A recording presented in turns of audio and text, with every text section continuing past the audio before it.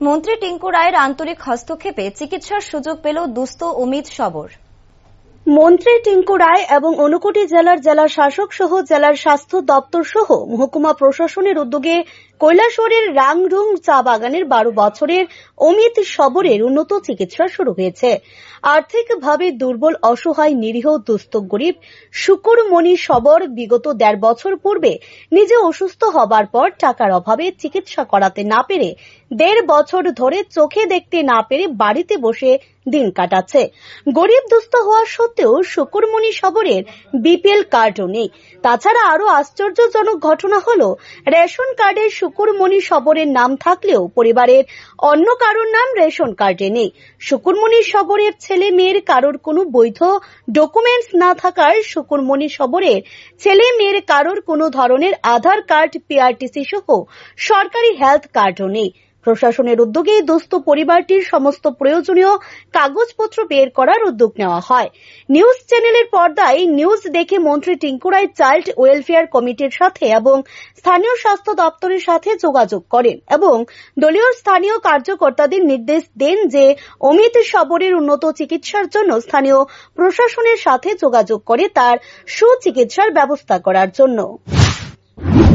12 বছর বয়সী যে ছেলেটা রাংরুমের, সেটা আমি গত শনিবার দিন সকালবেলা ডিএম স্যার আমাকে একটি নিউজ ক্লিপিং পাঠায়, তখন আমি জানতে পারি এবং তার সাথে সাথে আমাদের মিডিয়া বন্ধুদের কাছ থেকে আমি অনেকগুলো মেসেজ পাই এই ব্যাপারে।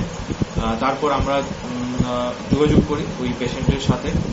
তো পেশেন্টের সাথে যোগাযোগ করে দেখা গেছে যে পেশেন্ট আগেও কৈলাসহর হসপিটালে এসেছিল, ডিস্ট্রিক্ট হসপিটাল, এবং তারপর তাকে রেফার করা হয় আগরতলা। তারপর আর্থিক অসচ্ছলতার কারণে বা কোনো অসুবিধার কারণে সে আবার বাড়ি চলে আসে এবং তারপরই মিডিয়া বন্ধুদের জন্য এটা খবরটা সবাই জানাজানি হয় এবং তার অঙ্গ হিসেবে গতকালকে ওই দিন এসডিএম কৈলাসহর স্যার ছেলেটির বাড়িতে ছুটে যান এবং তার যথাযথ সাহায্য করেন এবং গতকালকে আমরা অ্যাম্বুলেন্স পাঠিয়ে ছেলেটিকে বাড়ি থেকে নিয়ে আসি তার আত্মীয় পরিজন সহ, এবং আসার পথে কৈলাসহর এসডিএম অফিসে তার যে প্রশাসনিক কাজগুলো, আধার, রেশন কার্ড, এগুলো করা হয় এবং তারপর ওই অ্যাম্বুলেন্স করেই আমরা ডিস্ট্রিক্ট হসপিটালে পেশেন্টটিকে এনে ভর্তি করাই এবং আমি গতকালকে রাত্রে নিজে ভিজিট করে এসেছি পেশেন্টটিকে।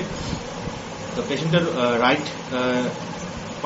রাইট লিম্বে, ডান পায়ে সুয়েলিং আছে, সেটা বনি সুয়েলিং লাগছে এবং তার জন্য আমাদের সাথে সাথে আমাদের যে অর্থোপেডিশিয়ান আছে ডক্টর নির্মল দেববর্মা, তার সাথে কনসাল্ট করা হয় এবং তার তত্ত্বাবধানেই বর্তমানে চিকিৎসা চলছে ডিস্ট্রিক্ট হসপিটাল ঊনকোটিতে এবং সব রকম পরিষেবা বিনামূল্যে যাতে দেওয়া হয় তার জন্য এমএসকে এবং ডক্টর নির্মল দেববর্মার সাথে যোগাযোগ করা হয়েছে এবং তার যেহেতু এখানে সেটা মহকুমা শাসক প্রদীপ সরকার নিজেই অমিত শবরের বাড়িতে গিয়ে অমিতের শারীরিক অবস্থার খোঁজ খবর নিয়ে মহকুমা প্রশাসনের পক্ষ থেকে নগদ 2,500 টাকা দেন।